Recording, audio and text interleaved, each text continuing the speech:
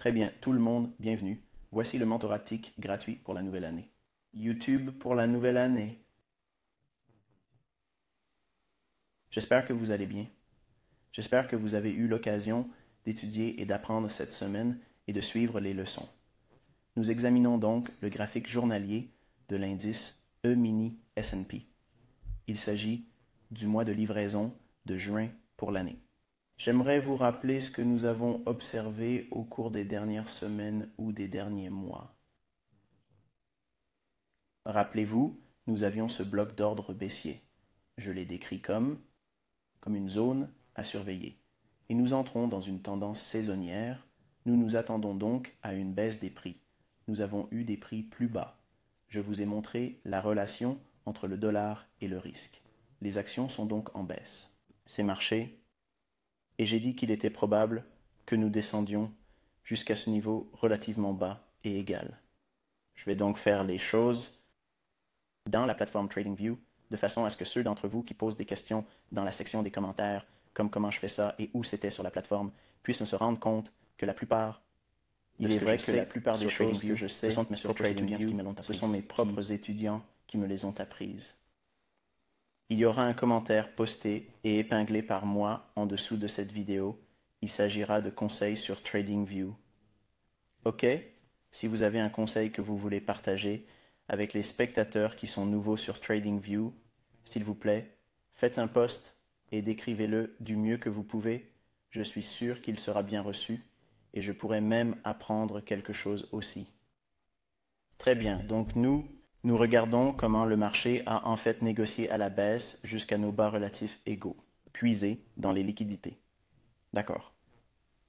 Lorsque je forme mes étudiants et que de nouveaux étudiants viennent me voir, la première chose qu'ils veulent savoir, c'est comment choisir le bon bloc d'ordre, parce qu'ils savent que c'est l'un de mes concepts.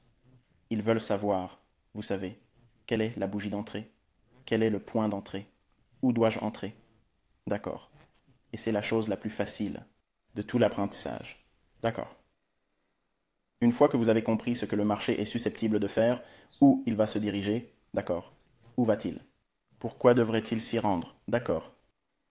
Si vous faites la majorité de vos études et que vous regardez la bande, d'accord, que vous lisez la bande, c'est un peu ce que je vais décrire et présenter dans les flux en direct en mai. Avant d'aller plus loin dans cette conversation, les retransmissions en direct n'auront lieu en mai. Je n'essaie pas de faire de cela. Je ne veux pas vous promettre quelque chose de permanent, mais je vais vous présenter certaines choses lors de sessions en direct. De cette façon, vous pourrez voir comment vous entraîner à rechercher ces éléments. D'accord, je ne vous donnerai pas de recommandations de transactions. Je n'entrerai pas dans des transactions devant vous. Je vais vous exposer ce que vous m'avez vous faire dans le cadre de ce mentorat. Dans ce mentorat, en indiquant où cela va aller. Et c'est ce qui s'est passé. Je vais le faire avec des graphiques intrajournaliers. Je vais le faire avec des graphiques intrajournaliers. Et je vais vous indiquer certaines zones à étudier. Observez comment le prix réagit ici et attendez que ce genre de choses se produisent ici parce que je veux que vous compreniez ce qu'il fait. Pourquoi est-il susceptible de faire ce que je vais décrire? D'accord, d'accord. La meilleure chose qui puisse arriver, c'est que je me trompe parfois. D'accord. Ainsi, vous serez désarmé. Vous aurez l'impression que si je ne me trompe pas, les tics se chargeront de tout. Ne l'a pas bien compris ici ou là, d'accord? Je vais faire de mon mieux pour essayer de vous éduquer et de vous montrer ce que je pense qu'il va se passer, mais invariablement, il y a des instances qui se glissent dans le texte et qui ne sont pas exactes, ok? Je vais mal le lire et c'est bon. Ne prenez pas ce que je dis dans mes commentaires ou mes opinions.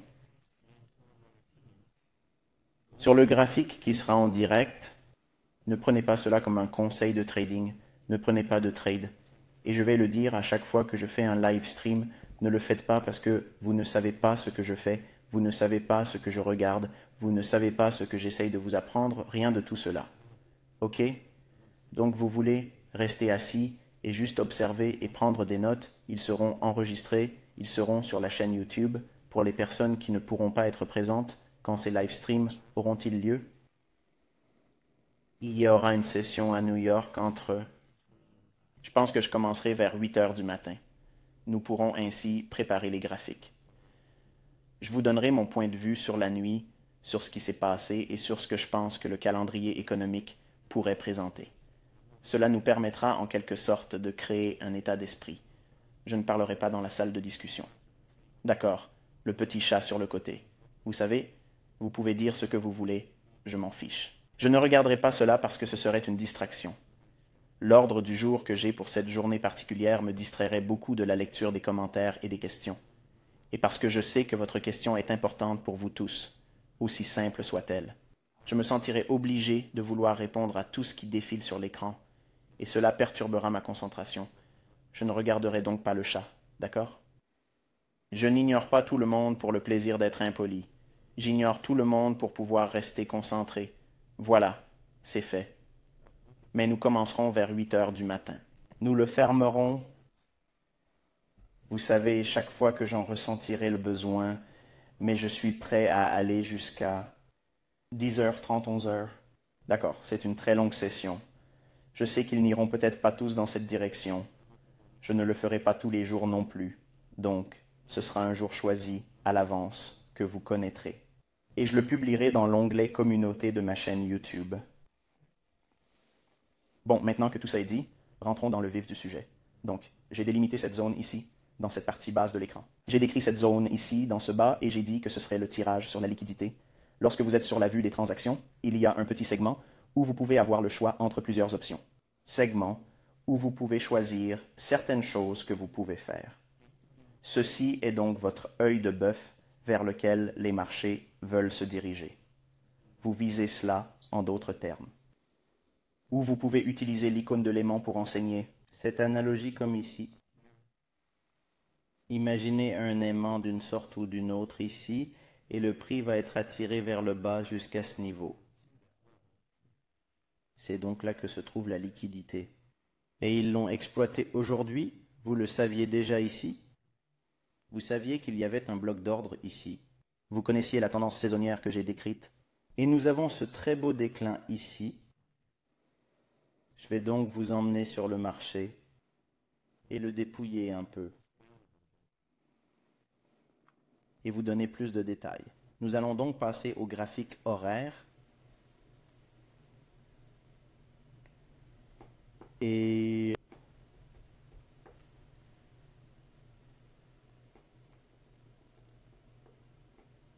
c'est pour cela que je fais des diapositives PowerPoint. C'est très facile d'aller là où je veux. Très bien, nous avons fait un tour. Ici, hier, le marché a continué à monter, monter, monter, monter, monter, mais il n'a pas atteint ce sommet, et nous avons eu une baisse, puis une pause normale et un glissement vers le bas, puis ils l'ont remonté. Donc, entre le bas de cette bougie et l'ouverture de cette bougie, c'est un déséquilibre couplé à un écart réel.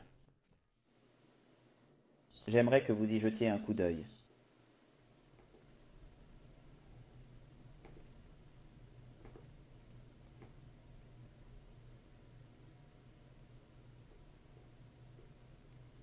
D'accord. Maintenant, nous avons cette bougie ici, un petit morceau de celle-ci ici, celle-ci, celle-ci, celle-ci et celle-ci. Elle se situe juste au-dessus de cette zone. Il s'agit d'une action de prix autorisée. En d'autres termes, il faut s'y habituer. D'accord. Regardez le corps de la bougie. Vous voyez comment il reste à l'intérieur de ce déséquilibre?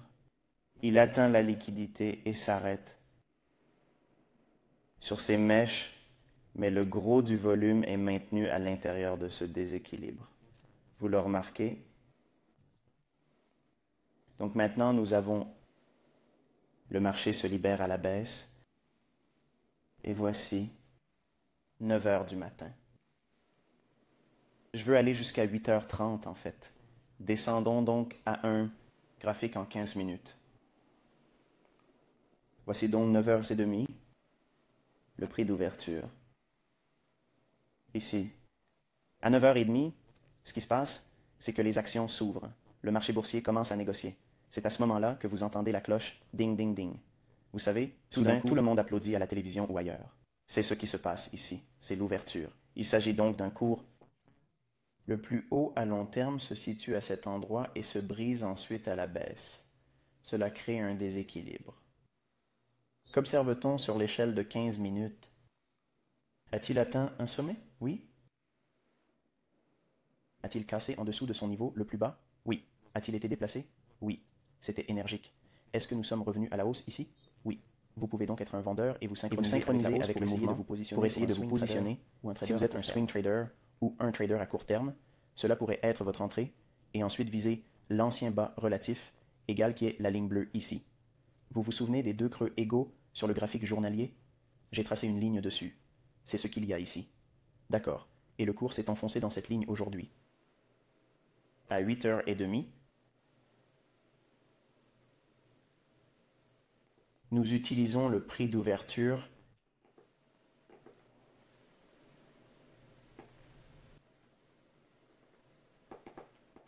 Le prix s'est-il négocié au-dessus? Oui, il s'agit d'une prime. Il est au-dessus d'un ancien sommet. Il s'agit donc d'une prime.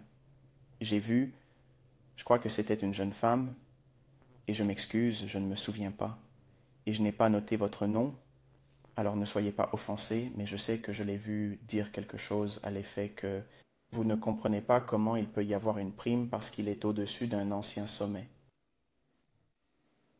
Chaque fois que le marché se négocie au-dessus d'un ancien sommet, il s'agit d'une prime à court terme parce qu'il y a de la liquidité. Chaque fois que le marché se négocie en dessous d'un ancien plus haut, c'est une décote, d'accord? Tout comme pour les indicateurs de surachat et de survente, les choses peuvent être surachetées et continuer à monter. Les choses peuvent être survendues ou en décote. Et continuer à baisser, d'accord? C'est pourquoi je suggère que lorsque les gens étudient les prix, ils ne peuvent pas simplement supposer qu'un indicateur est suracheté et qu'il s'agit donc d'une bonne opportunité de vente ou de vente à découvert. Qu'un indicateur est suracheté et qu'il s'agit donc d'une bonne opportunité de vente ou de vente à découvert, ce n'est pas toujours le cas. Mais si vous comprenez le récit dans la structure du marché n'est pas la réponse. Elle vous aide à formuler une idée, mais l'idée doit être alignée sur le récit narratif actuel. Pourquoi le marché devrait-il aller là où vous pensez qu'il va aller ce jour-là, en fonction du climat, des événements du calendrier économique et de la volatilité qui est offerte pour cette séance de négociation ou ce jour-là? Ce sont toutes des choses que vous allez devoir étudier, et j'enseigne sur cette chaîne YouTube, et j'enseignerai un peu plus lorsque nous ferons une session en direct, parce que ce sera plus pratique. Alors de cette façon, vous êtes au-dessus de mon épaule. Vous regardez tout comme je le fais, et je vous donnerai mon dialogue interne. Comme ce à quoi je pense et qui est le plus important à ce moment-là. Ainsi, votre attention se porte sur les bonnes choses au bon moment. Mais le troisième pouvoir, c'est l'ouverture, la manipulation, la création d'un sommet, puis le mouvement vers le bas, puis distribuer leur position courte en dessous d'une zone où il y aurait des stops. L'argent intelligent serait donc de vendre à découvert et d'acheter des stops ici, en suivant le mouvement et décharger leur position courte à des stops de vente en dessous de ces niveaux relativement égaux. Rappelez-vous que lorsque nous avons vu ces planchers relativement égaux sur le graphique journalier, les traders vont considérer cela comme un breakout. Il y a beaucoup de traders qui ont des systèmes et des modèles de suivi de tendance à long terme, et si le cours passe en dessous de ces zones, ils veulent être à découvert. Qu'est-ce qui va inonder le marché? Des ordres de vente sur le marché. Eh bien, c'est une contrepartie parfaite à l'argent intelligent qui est à découvert ici, parce qu'il veut l'acheter à un prix plus bas. Et pendant qu'ils sont en haut, ils visent en bas. Est-il difficile de croire cela alors que nous l'avons déjà souligné la semaine dernière et la semaine précédente? Non. Nous avons de la visibilité. Nous avons la capacité de prévoir certaines choses qui devraient se répéter. Si l'algorithme est en fait en contrôle et que nous comprenons ce que fait l'algorithme, et je suggère que mon expérience indique que c'est le cas, est-ce qu'il tient ses promesses? Voici ce qu'il en est. D'accord. Vous prenez la logique de certains principes et concepts et vous les mélangez à la structure du marché. Nous recherchons des prix plus bas et devrions viser un plus bas spécifique, mais aussi comment le récit actuel permet-elle de s'engager dans la fourchette journalière ou la puissance 3? Tout ce que je vous ai appris, c'est donc le rallye ouvert. L'argent intelligent entre près du plus haut aujourd'hui de toutes les ouvertures et ils sortent d'ici. à un niveau bas important, et le marché clôture près du plus bas de la journée. Passons à un graphique en 5 minutes. 1, 2, des sommets relatifs égaux, vous voyez ça. Maintenant, si vous regardez le graphique de l'échelle de temps inférieure, permettez-moi de l'enlever car il n'est plus utile. Si vous regardez cela comme ça, voici le prix d'ouverture. Vous savez qu'il y a quelque chose qui reste au-dessus. Le côté achat. Donc les stops d'achat ou les liquidités d'achat se trouvent ici pour qu'ils puissent monter. Et juste à gauche de cela, vous voyez aussi ces sommets qui sont très proches les uns des autres. Donc pour faire bonne mesure, ils pourraient vouloir venir ici et nettoyer cela. C'est un peu trop, je pense que c'est trop riche pour que l'attente atteigne ce niveau. Mais ici, c'est raisonnable. Mais ici, au moins, ça va. Le marché s'envole à travers oui, il les élimine. Puis il s'effondre et repasse une fois de plus au-dessus du prix d'ouverture, puis il abandonne le fantôme et se dirige agressivement vers le côté vendeur en dessous d'ici. Pour certains d'entre vous, ce serait suffisant. Il suffit de prendre une position courte en achetant le titre en dessous du niveau le plus bas, puis d'en finir et de s'en aller. Il n'y a rien de mal à cela si c'est votre modèle, mais nous allons regarder de plus près à l'intérieur de cette zone et voir ce que nous voyons.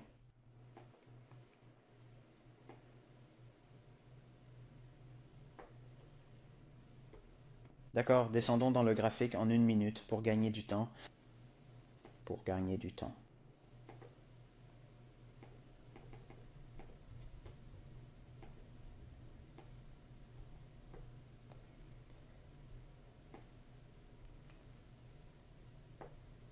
D'accord. Nous avons donc, dans cette zone où le marché a dépassé ses sommets relatifs égaux, les voici. Le marché monte, puis il s'effondre juste ici. Vous voyez ça? C'est un creux d'oscillation. Il passe en dessous, un peu de déplacement, oui. Le marché remonte-t-il dans cette petite zone? Oui. Est-il au-dessus du prix d'ouverture? Oui. Est-ce suffisant? Bien sûr. Vous pouvez en être sûr. Vous devez faire face à cette dernière hausse dans votre entrée. Entrez, et vous pouvez avoir un petit drawdown, mais votre stop loss, si vous entrez dans cet écart de juste valeur, votre stop doit être au-dessus du minimum. La bougie qui crée l'écart de juste valeur, c'est ici. L'écart de juste valeur, c'est-à-dire ici. Votre stop doit donc se situer au-dessus de cette bougie. Pour une bonne mesure, vous savez, conservatrice. Conservateur, ici. Oh, mais ICT, c'est beaucoup. C'est un gros arrêt. Eh bien, regardez comme c'est volatile. Vous voulez être éliminé prématurément? Ou voulez-vous simplement gagner le maximum d'argent sur votre transaction? Vous ne tenez pas compte du niveau de risque. C'est ce que font les joueurs. Je n'essaie pas d'enseigner les jeux d'argent. Lorsque vous vous entraînez sur votre compte de démonstration, gardez cela à l'esprit. De cette façon, vous n'essayez pas de vous surpasser. Le côté vendeur se trouve en dessous de ces creux ici. Après avoir touché l'écart de juste valeur ici, puis une fois de plus, en dessous du prix d'ouverture, il s'effondre et s'enfonce agressivement en dessous. Ce n'est donc pas une mauvaise course. Revenons à un graphique en 5 minutes. Nous allons regarder la séance de l'après-midi. Voici 1h35. Et je me souviens que je l'ai indiqué vers 1h30. C'est à ce moment-là que j'aime revenir sur le marché. J'ai pris des positions plus tôt que cela, mais j'aimerais voir Dow.chart. Dow.chart est une sorte de retracement à la hausse lorsque c'est baissier, ou un retracement à la baisse lorsque c'est haussier, et Dow.chart est une sorte de retracement à la hausse. C'est ce que vous voyez ici. Le déséquilibre. Les hauts relatifs égaux, ils montent dans cette zone. C'est une zone où vous pouvez être à découvert. Le marché délivre une baisse. Voici un autre petit écart de juste valeur. Ici, il remonte dans cette zone. C'est une position courte, visant ce que cette ligne. Ici, c'est le bas, relatif, égal, sur le graphique journalier. Donc aujourd'hui, énorme journée d'opportunités. Beaucoup de points qui auraient pu être mis à disposition. Mais j'ai fait quelque chose ce matin, en montrant à tout le monde un peu comme ce que la lecture du graphique journalier peut faire.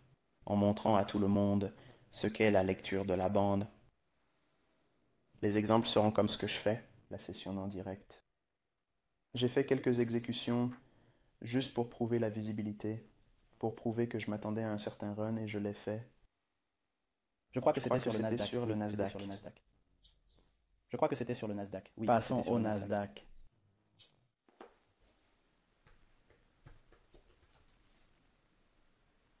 D'accord. C'est ici. Nous allons donc zoomer sur cette partie de l'affaire.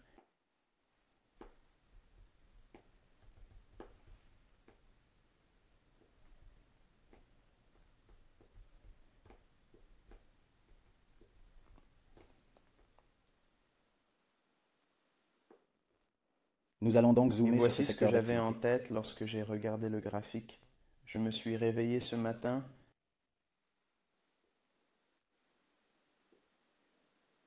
Ma femme est en déplacement avec ma fille. Je me suis donc réveillé et, par habitude de créature, votre conjoint n'était pas à côté de vous. Alors je ne vous ai pas signé. Je me suis donc assis et j'ai regardé les graphiques et j'ai dit, vous savez quoi? Je vois... Laissez-moi vous demander ce que vous voyez avant que je ne le fasse. D'accord. Ce qui m'a donné la toile de fond pour tout ça ici, ce que j'expliquerai en détail dans un instant, mais ce qui m'a fait réaliser qu'il y avait des chances que ça tourne ici et que ça descende, a étudié toute la fractale qui est montrée OK, mettez la vidéo en pause. Certains d'entre vous ont refusé. Je ne ferai jamais ce qu'a fait la CPI, alors Faites-le moi faire. Très bien. Nous avons eu ce sommet ici. Nous l'avons dépassé. Et puis nous avons eu le changement de marché. Alors acheter pensée, prix artiste breakout, prix sur le marché long, et puis relative equal lows broken. Nous avons donc un changement dans la structure du marché sur un graphique de 5 minutes. Dans une période baissière, nous cherchons à marquer ces creux relatifs égaux sur le S&P. Et ce n'est pas le S&P. Je le comprends, mais nous voulons voir ces deux indices baisser sur le graphique journalier. La lourdeur devrait donc être vous savez, le protocole pour notre journée de négociation. Ici, nous avons ce que déplacement en dessous de ces creux. Il y avait donc beaucoup d'énergie à cet endroit. Et juste au-dessus, qu'avons-nous? Un écart de juste valeur. Oh, il y en a un ici aussi. C'est vrai. Qu'est-ce que je vous ai appris? C'est ici que vous faites votre entrée. Mais ICT, tu n'es pas entré ici. C'est vrai. Je ne regardais pas encore le graphique. J'y viendrai. Cet écart de juste valeur ici, nous nous attendons à ce qu'il soit comblé. Il faut donc que notre arrêt soit au moins dans une position qui lui permette de résister à cette situation. Alors, qu'est-ce que cela signifie? Qu'est-ce que cela signifie? Cela signifie que vous devez soit avoir des poches profondes et permettre à votre stop-loss d'être à l'intérieur de ce. Ici, où vous utilisez les micros, ce qui est bien. Je ne veux pas le faire sur micro, mec. Je vais être ici $$ par point. D'accord. Mais vous devez avoir un compte qui le permette. Si ce n'est pas le cas, négociez sur le micro, mais je ne veux pas faire ça. D'accord. Jouez, mais pas parce que je vous ai appris à le faire. Voici donc le flux d'ordre à l'intérieur de cet écart de juste valeur. Encore une fois, un peu de supplémentaire s'écoule au-dessus de cet écart de juste valeur. Je vais mettre un autre rectangle ici pour que vous puissiez avoir une représentation visuelle de ce que je veux dire. Je veux dire que vous pouvez clairement le voir, mais je veux que vous vous rendiez compte de ce que je veux dire. Voici donc les règles, voici pourquoi je les ai enseignées, d'accord? S'il n'y a qu'un seul écart de juste valeur, alors vous placez votre entrée à cet endroit et vous ne vous attendez pas à ce qu'il remonte dans un retracement plus profond, mais parce qu'il y en a un autre ici, attendez-vous à ce qu'il remonte dans cet écart.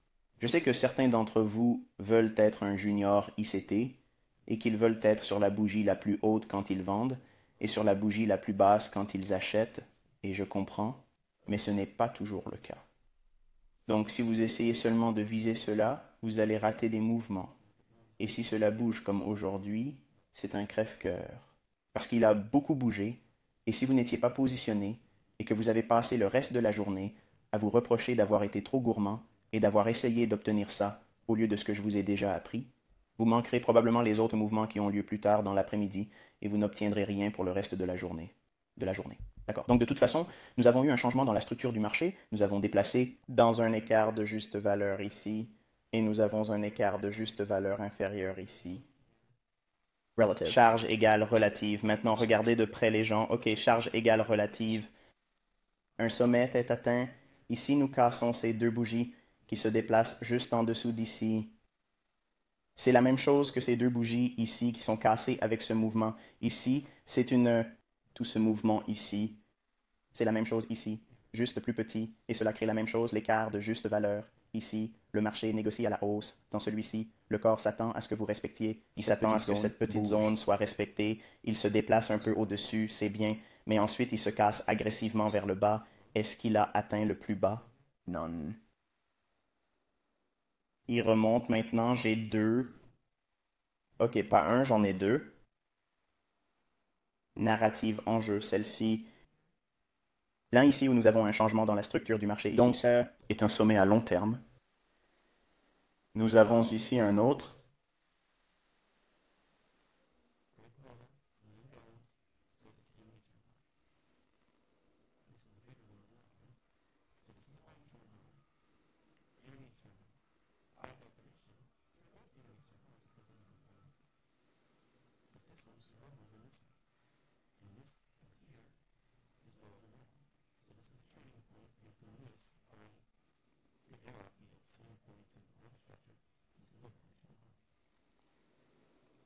À moyen terme,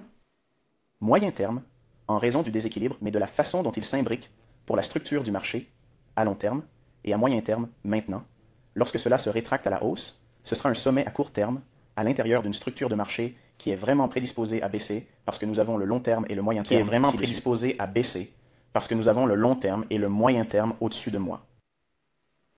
Cela devrait respecter le flux d'ordre sous-jacent et aller plus bas. Et je cherche ce prix inférieur qui est en dessous d'ici. Il y a des stops de vente en dessous. Alors que le cours remonte vers cette bougie de fermeture, qu'est-ce que cette bougie de fermeture? C'est un bloc d'ordre baissier. Ce n'est pas ce que vous nous avez appris, Michael, sur ce modèle. C'est vrai. Je n'ai pas dit que c'était ça. Je vous dis comment lire la bande. D'accord? Mais j'enseigne les blocs d'ordre sur le canal. Donc nous allons entrer dans ceci. Juste ici.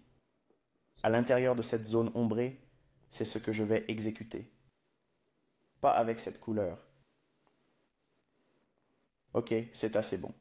Ce n'est peut-être pas votre choix, mais c'est le mien maintenant. D'accord, donc nous allons passer à un graphique d'une minute.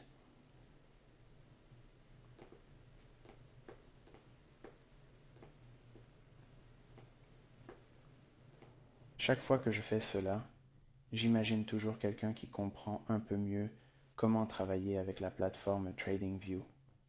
Ils ont probablement un moyen beaucoup plus facile et rapide d'arriver là où j'essaie d'arriver. Je suis désolé. Je suis désolé. Très bien donc.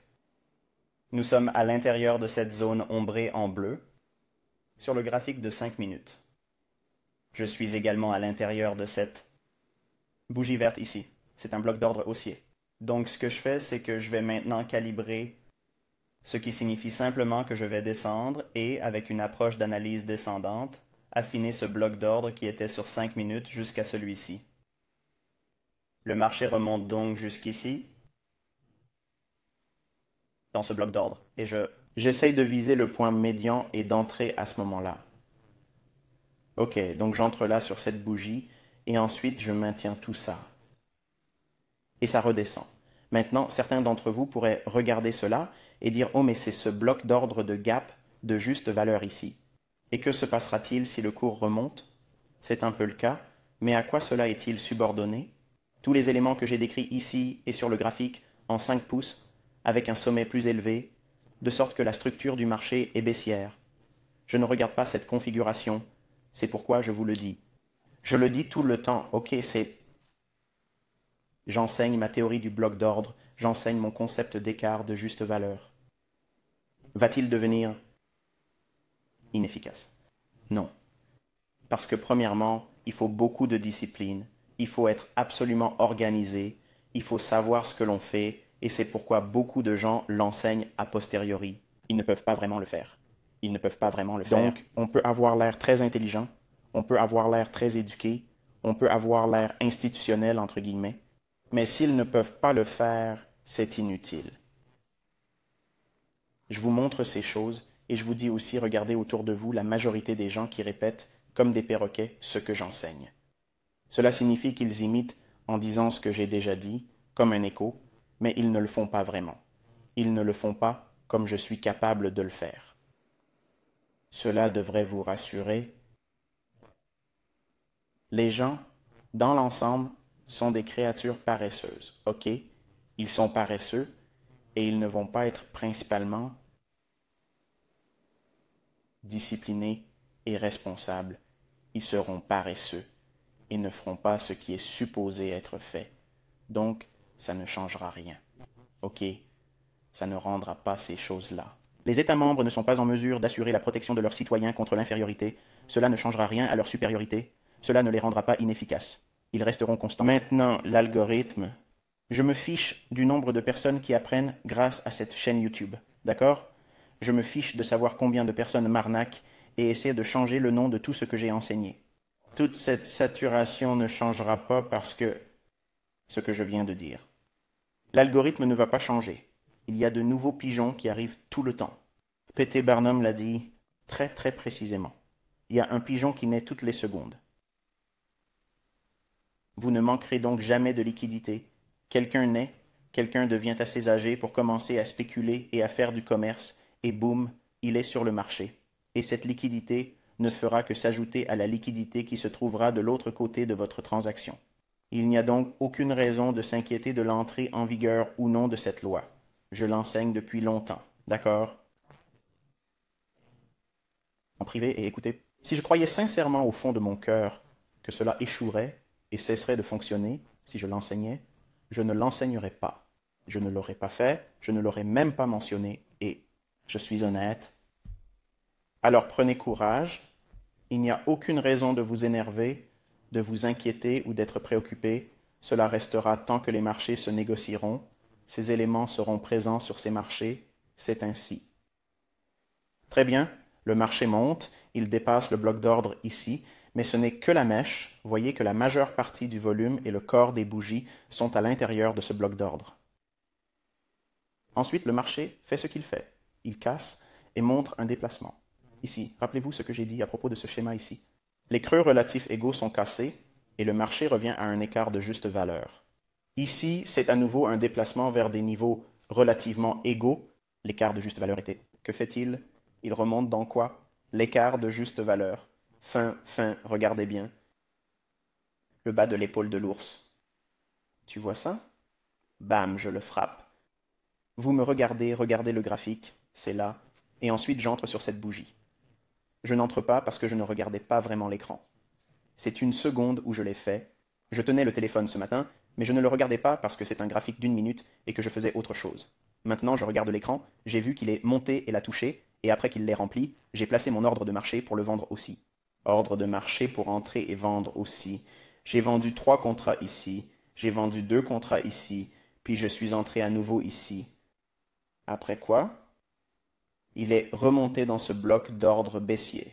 Il a donc baissé, il est remonté, et je vends à découvert ici et là. D'accord? Quel est le plus bas sur cette bougie? Ici même. Regardez ce chiffre ici. Donc 13 334 et 3/4. Et mon entrée sur cette bougie était 13 335. Donc seulement 1/4 de point au-dessus de cette bougie. C'était mon entrée. Il y avait un peu de chaleur ici. Donc sur cette entrée, il y avait un contrat ici, donc remarquez ce que je fais. J'entre dans la plus grande partie de la configuration où vous savez le cadre pour le trade. J'entre avec notre taille de position maximale, les 3 premiers contrats. Ici, puis j'en vends 2 ici. Et j'ajoute le dernier contrat ici. Il y a des zones logiques précises. Ce n'est pas du hasard, ce n'est pas de l'improvisation, ce n'est pas jouer à pile ou face, ce n'est pas deviner. Il y a de la logique ici. Ok, donc. Lorsque le marché est aussi chaud, La valeur maximale de la bougie est de 13 339 $ et demi. 13 339 $ et demi, soit 4 poignées et demi. C'est la chaleur que j'ai prise sur cette bougie, mais seulement sur un contrat. D'accord? Parce que j'ai 2 contrats que j'ai à découvert ici, et j'ai 3 contrats à découvert par ici. J'ai donc tous ces capitaux propres avec 5 contrats. Donc le contrat ici qui n'a que 4 points et demi de chaleur ou de réduction, c'est insignifiant. Je ne m'en préoccupe même pas, je n'y pense pas. Et c'est pourquoi, lorsque je pyramide et que je construis de grandes positions, je commence par ma plus grande position, puis je la réduis de plus en plus jusqu'à ce que je ne puisse plus faire plus petit. Je ne fais jamais le dernier contrat, puis un autre, et encore un autre, et encore un autre. Je ne fais pas ça. Je n'ai pas besoin de faire ça. Donc, une fois que j'ai ça, position établie, puis je me suis soumis à l'idée de descendre jusqu'à ce niveau que j'ai dessiné sur le... J'ai oublié de quelle période il s'agissait, mais nous le redessinerons dans une seconde. Mais voici la sortie. J'ai ramené les 6 à 13 285. Je voulais être juste au-dessus du niveau, parce que il pourrait faire ces petites courses peu profondes et il pourrait ne pas me donner mon plein. C'est un peu ce qu'il fait ici. Et puis finalement, creuse un peu plus profondément. J'aurais dû attendre un peu plus longtemps pour obtenir le remplissage, mais c'est arrivé juste là. Et j'ai appuyé sur l'onglet Communauté.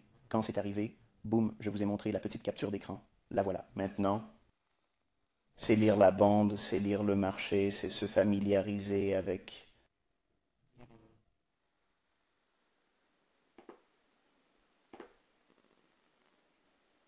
Se familiariser avec... Et pour ceux d'entre vous qui sont mes étudiants depuis plus longtemps que récemment, vous reconnaissez ceci comme un modèle de vente de teneur de marché. Je vendais donc dans une zone où la distribution aurait lieu. Donc tout cela est là, c'est la logique. Je vais dire ceci parce que je sais qu'il y a des gens qui consultent mes relevés d'opération et qui recherchent la précision. Et il y a beaucoup de choses que je fais dans cet état, dans ces relevés, qui n'ont rien à voir avec le fait d'essayer d'être précis. Vous vouliez voir un compte augmenter, j'ai fourni cela, j'ai également fourni une moyenne à mes étudiants qui me demandaient si j'étais obligé de leur montrer, s'ils entrent dans une période de drawdown, comment ils peuvent y remédier. Et ils avaient aussi beaucoup de questions comme, et je l'ai fait ce matin avec Let me see, where was the entry at? Le deuxième où j'ai fait 2 contrats, juste là. Ok, quand j'ai fait celle-là, c'était après avoir fait le où était-ce le laissez-moi revenir en arrière et ça ne fait pas de différence. Dans le cas de l'écart de juste valeur, j'ai dit que je ne l'avais pas vu lorsqu'il s'est formé et qu'il s'est comblé. Après l'avoir comblé, il en était encore proche. Il s'agissait donc d'une entrée de proximité. J'utilise des entrées de proximité pour un grand nombre d'opérations sur ce compte TD Ameritrade. Et j'utilise aussi des choses que vous ne connaissez pas, d'accord? Je prouve également à certains de mes étudiants que s'ils sont sur un marché, qu'ils prennent une position et qu'ils ne se font pas arrêter, mais qu'ils subissent une baisse, comment surmonter cela? Vous n'êtes pas au courant des conversations que j'ai avec ces étudiants. Ne pensez donc pas que vous regardez ces déclarations en vous disant « Oh, eh bien, c'est tout ce qu'il a. Ce n'est pas tout ce que j'ai. » En fait, je fais autre chose. Il y a quelqu'un qui parle, qui dit qu'il peut faire des choses, et moi. Je veux qu'ils sortent, mais ils ne le feront pas. Je veux qu'ils sortent, mais ils ne le feront pas. D'accord? Je veux qu'ils pensent que c'est tout ce que je peux faire, et même alors, ils ne bougeront pas, parce qu'ils savent que je peux faire mieux que ça. Ce n'est même pas le meilleur. Il y a d'autres choses que vous pouvez faire avec mes concepts directement sur cette chaîne YouTube qui sont plus précises que ça. Je sais que cela semble difficile à croire, mais c'est ce que c'est. Je ne veux pas de ces déclarations que j'ai partagées, parce que comme tout ce que j'ai fait, les gens prennent mes produits, enlèvent mon nom, les renomment, et ils disent « Vous savez, c'est mon produit, c'est ma création, c'est n'importe quoi », et ils vendent et ils arnaquent. Si je donne des déclarations qui ont un temps réel et des ventes avec un compte en direct, et que je produis comme vous le voyez ici, est-il difficile d'imaginer que quelqu'un prenne cela et le montre aux gens et dise que ce sont leurs résultats et les arnaques? Pensez-y, les amis. Tout ce que je fais a une raison d'être. Je ne réagis pas à la discorde négative de quelqu'un d'autre. À la discorde négative de quelqu'un d'autre. Aujourd'hui, c'est la dernière chose à faire et nous avons terminé. J'ai fait tout cela pendant la nuit, avant la session de New York, puis nous avons eu toutes ces discussions. Ils l'ont fait grimper au-dessus, le plus haut de la nuit ici. Puis nous sommes revenus à la discussion que nous avons eue plus tôt. Ils ont donc atteint le sommet ici, avec cette hausse. Et à Dowers, c'est le moment où nous nous attendons à ce que la volatilité entre en jeu, et c'est ici. D'accord, il y a un peu d'agitation ici, puis un boom, des reprises. Sur mon compte de trading en direct, j'ai pris un long ici, et je suis sorti à, je crois, 13,89. Je voulais 13,85, mais j'avais un peu d'appréhension, pensant qu'il n'allait peut-être pas la transpercer. Il s'en approchait de très près, et elle est restée accrochée. Je suis sorti un peu prématurément, et c'est tout. Je n'ai rien pris avant la fin de l'après-midi. J'ai pris un petit scalp ici. J'ai gagné environ 740 $, je crois. Et c'est tout. Mon attention a été détournée parce que je suis monsieur maman en ce moment. Ma femme n'est pas avec moi et les 2 enfants que j'ai vivent toujours avec nous. Je suis chargé de leur faire l'école à la maison et de gérer mon entreprise. Et j'ai 2 boxeurs qui me demandent beaucoup de temps. Je sais que certains d'entre vous me disent d'aller à l'essentiel, d'aller à l'essentiel. Le fait est que je suis une personne réelle. D'accord, je ne suis pas en mesure de participer à chaque mouvement parce que je fais d'autres choses. Et j'ai une vie. Je sais qu'on a l'impression que je n'en ai pas, mais j'en ai une. Et aussi introvertie et simple qu'elle soit, j'aime ma vie. J'aime ma vie. Et j'aime faire les choses que j'aime faire dans ma vie. Mais les marchés ne sont pas tout dans ma vie. Mais j'espère que vous en avez tiré quelque chose et que vous pouvez voir comment nous avons à nouveau tiré vers le bas sur le Nasdaq. Je pense que ce sera tout pour. Et revenez même au S&P et vous pouvez voir la relation. Et vous pouvez voir la relation entre les deux. Les deux évoluent de concert, les deux évoluent en tandem, mais regardez de plus près. Mais regardez de plus près. C'est pourquoi je suis revenu à l'email S&P. Pourquoi avez-vous fait cela? Je vois T, vous voyez?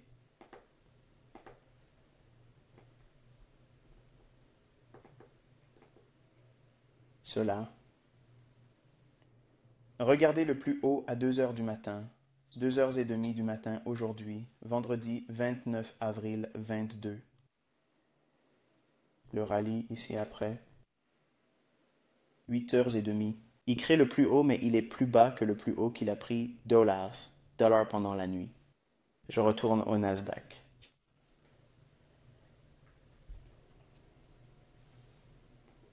Vous voyez que et nous avons un plus haut sur le Nasdaq. C'est donc ce que j'enseigne à SMT. D'accord. Ça montre que c'est une volonté de casser la corrélation entre des marchés similaires. Il s'agit d'actifs étroitement corrélés. Le S&P, l'indice composite, et l'indice composite Nasdaq. Ils évoluent généralement en tandem, mais pas tout le temps. Ainsi, si nous sommes baissiers et que nous prévoyons une baisse des prix et que nous voyons ceci, mais que le S&P ne le fait pas, cela vous montre que c'est un stop run et il montre que le S&P est vraiment faible, ce qui vous donne une confirmation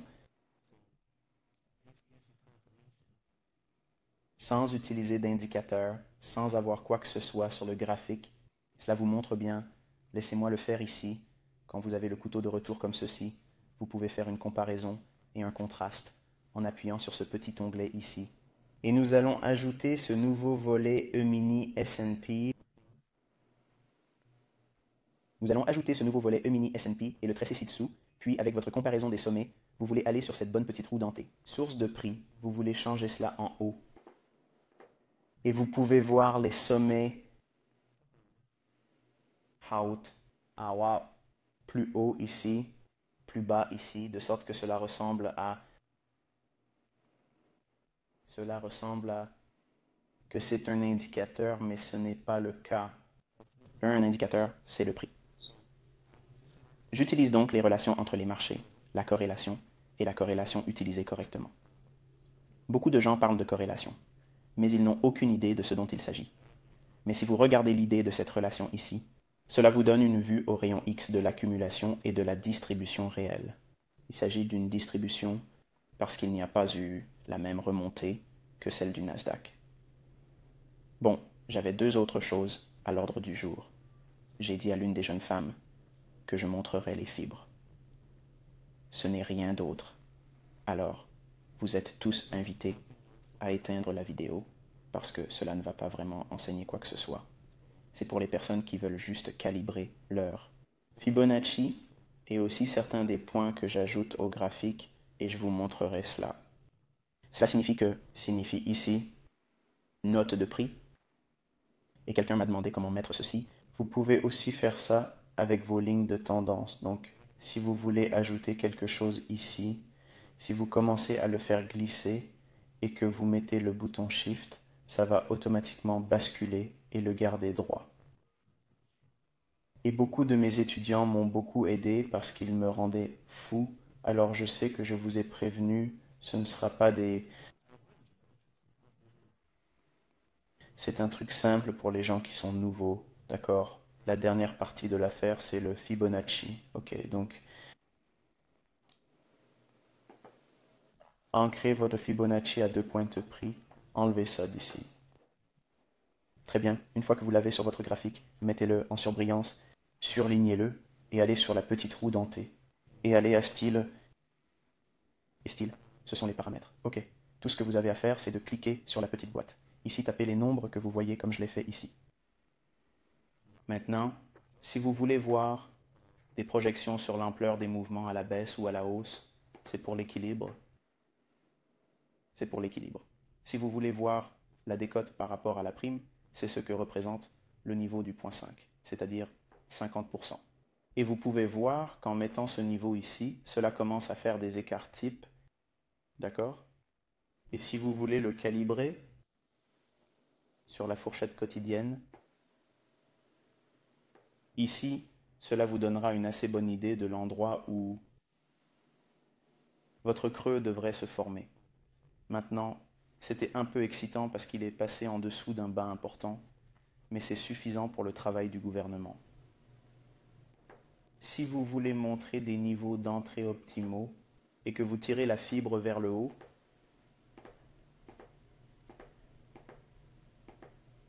je l'enlève pour ne pas gâcher votre attention. Sur les niveaux qui permettent une entrée optimale sur le marché, le 62 et le 79. D'accord. Et vous pouvez les changer en leur donnant une couleur différente pour les faire ressortir. Je n'aime pas faire cela, mais vous pouvez le voir ici. Donc si nous regardons comme ceci,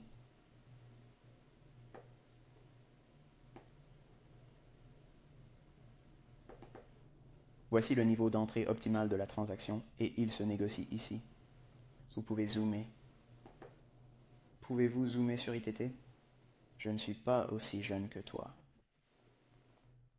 D'accord, voici le niveau d'entrée optimal entre le haut et le bas, et il se négocie ici et dans l'écart de la juste valeur. Bam! C'est ce qui le rend optimal. Vous avez donc votre entrée ici, et vous pouvez commencer à revenir en arrière.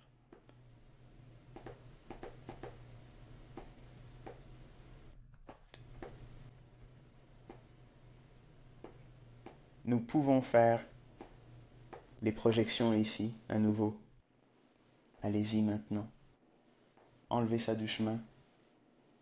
Faites un écart type, 2 écarts types, un écart type et demi. Et je pense que c'est suffisant pour celui-ci. L'écart entre le plus haut et le plus bas, vous pouvez l'obtenir pour votre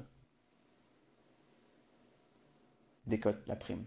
Mais pour une entrée optimale, j'aime utiliser les corps.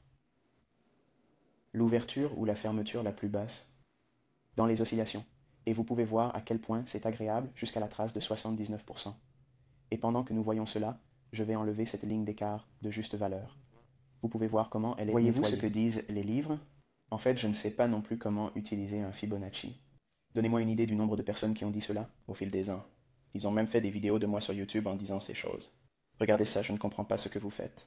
C'est le gros du volume. J'utilise l'ouverture la plus basse sur cette bougie ici, à l'intérieur de ce swing. Et à l'intérieur de ce swing, j'utilise l'ouverture la plus haute et c'est ce qui est tracé. Les entrées optimales sont ici. Je considère ceci comme un stop running, tout comme ceci. Je veux aller à l'essentiel. Je vais à l'essentiel. C'est un supplément pour ceux qui n'ont pas voulu rester. Il s'agit donc du niveau d'entrée optimal pour le commerce. Maintenant, si nous commençons à regarder les projections ici, nous avons un écart type ici. Projetons-le ici. Et voilà. Vous voyez? On l'atteint et on a un beau retracement à la hausse. C'est donc une bonne zone pour prendre des bénéfices. Et c'est aussi en dessous du plus bas. Jusqu'où peut-il aller en dessous de ce bas ICT? Eh bien, il y a un écart type juste là, et il le fait généreusement. Ensuite, nous avons un joli petit retracement. Ensuite, la situation s'emballe, juste avant. Ouverture, ok, mais c'est ce que j'avais promis à la fin de cette vidéo, qui devait être diffusée jeudi, et j'apprécie que vous ayez été patient et que vous n'ayez pas fait les fous avec des fourches et des torches. D'être patient, de ne pas devenir fou et de ne pas utiliser de fourches et de torches, vous aviez dit que vous seriez là jeudi. C'est la vie réelle qui a pris le dessus, les amis. Je pense que ce sera tout, mes amis, et je vous recontacterai mardi prochain, si Dieu le veut, jusqu'à ce que je vous parle. Alors bon week-end et soyez prudents.